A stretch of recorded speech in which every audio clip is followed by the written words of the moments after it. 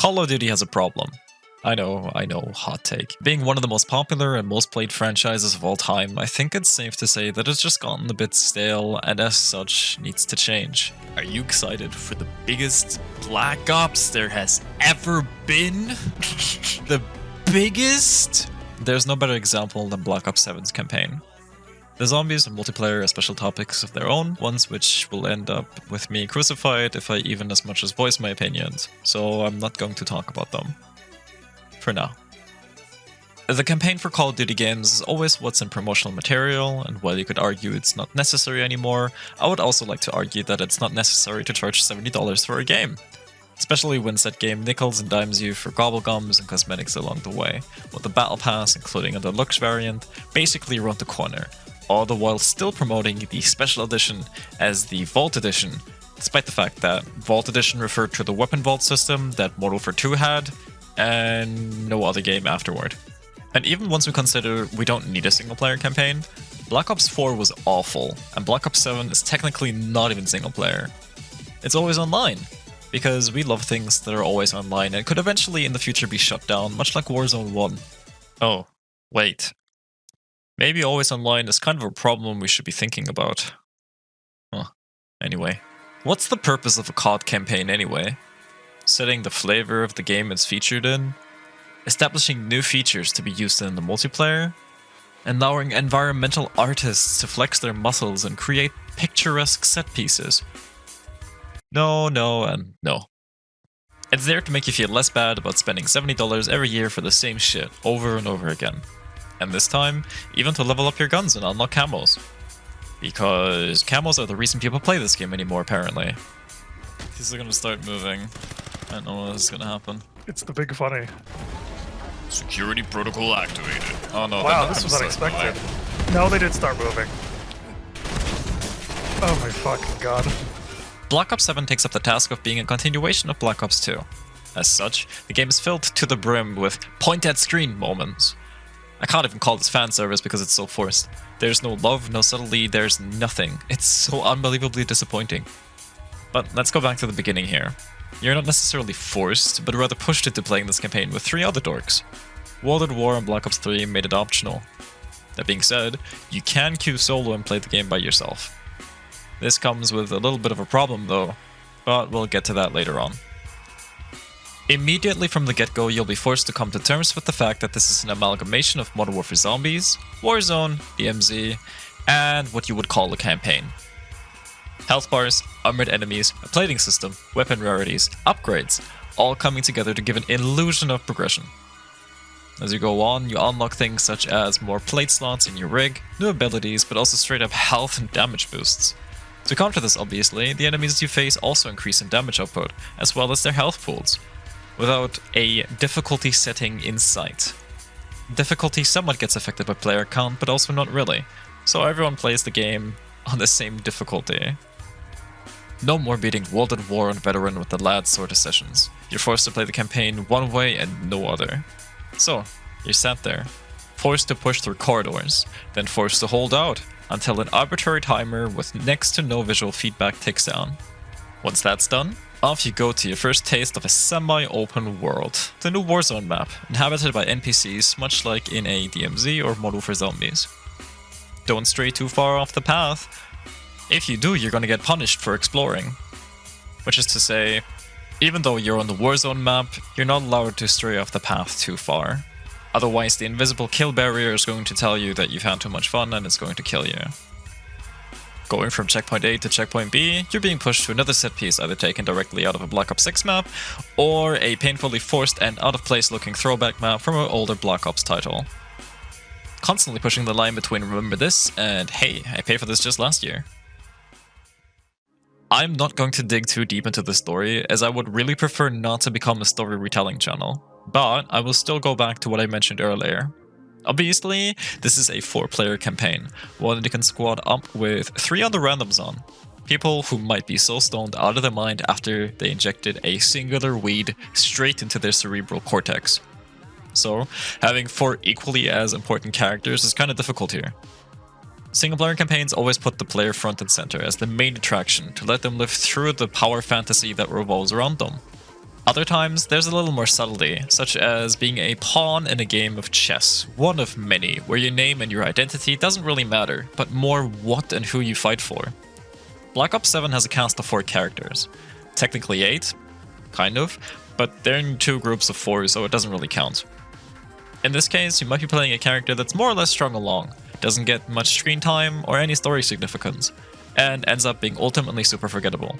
A problem that can be eliminated by having all 4 players play as the same character, which would be odd but ultimately take out extra stuffing from this overfilled plush of duty, or just by having the squad itself as well as their actions be more of a character than the characters themselves.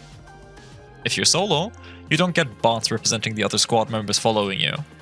If you're a duo, the other 2 members of the squad are on your radio, sometimes reacting to what's going on, despite not being present.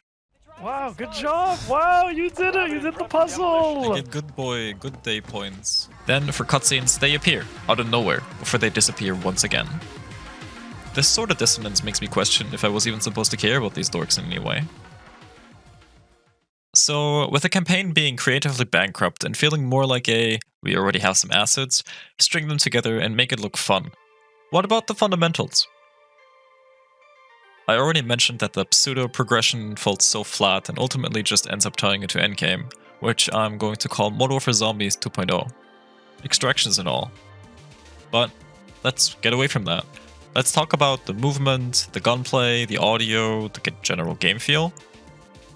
Well, if I have to be 100% honest, I think the movement feels like Black Ops 6 again, with a wall jump that you're forced to use a total of 1 times in the campaign. Still feeling more like it was made for controllers rather than mouse and keyboard. What about the gunplay? If there's one thing you should know about Call of Duty fans, it's the fact that they're allergic to recoil. Now, before I get any comments on how I'm a tourist and how I should stick to Battlefield, don't worry, Battlefield players are also allergic to recoil. Visual kick, recoil, gun kick, muzzle rise, muzzle flash, diversion of center, so many things I could mention. I'm not going to. I'm just going to say that guns need flavor. And with how white the Call of Duty player base is, it's a given that they don't care about having any sort of spice in their flavor. So then, audio. With all the set pieces and stuff, surely they did a lot with it. Yeah, no, not really. I think Treyarch is slightly better than Sledgehammer when it comes to audio design, but I still struggle to really point to any key moments in which I thought that the music, the guns, the ambience, or anything else for that matter really stuck out to me.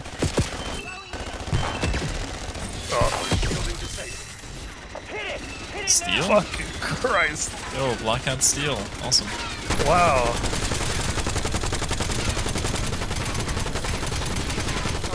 This is a boss, apparently. Yep.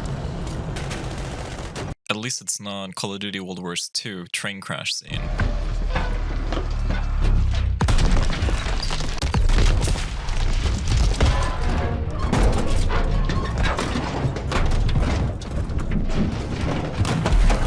The gameplay extensions don't add anything to the table. Open combat missions return once again and are still just as boring. The story is bland and as subtle as a brick. The gunplay is subpar for a Call of Duty game. Then, what about the ending? The ending for Black Ops 7 is the same mech boss fight 3 times in a row before you get your hands on the big evil lady. You then proceed to let her live. The boss fight leading up to that, which you've basically done 5 times before this anyway, builds up to absolutely nothing, not even a proper conclusion to the story. It's a bubble that kept blowing itself up, and when you expected it to burst, it didn't. Another case of keep the bad guys around just in case you want to sell their skin at a later date, or include them in the Warzone story to follow. Rating the campaign itself, I'd give it a 3 out of 10. It is worse than Black Ops 3. I mean it. If I account for the zombies offerings in this game, as well as the multiplayer, I'd maybe bump up my rating to a 4 out of 10. Right now, it is the biggest Black Ops ever, but the zombie still doesn't offer anything, and the multiplayer is the same shit I've been playing for the past 3 years. Everything leading up to the release of this game was just a bunch of course correction, with skill-based matchmaking finally being talked about, with aim assist finally being fixed, and then it still ends up falling flat. Yeah. They just do not pay any mind to you. Oh, they pushed me. Does this loop now? Yeah, okay, it goes back. Just two dudes motion Okay. capturing this entire thing. If I were to go take a piss now and I come back and it's still this animation. You know what? I'm gonna go take a piss real quick. I'll be back in a Okay, minute. I'll go do that too. Just barely scratching 90,000 players on Steam, when the previous release, which also launched on Game Pass alongside Steam, did more than double that. Which, to be fair, at the time obviously also included Modern Warfare 22, Modern Warfare 23, and Warzone 2 as a whole in it, thanks to COD HQ.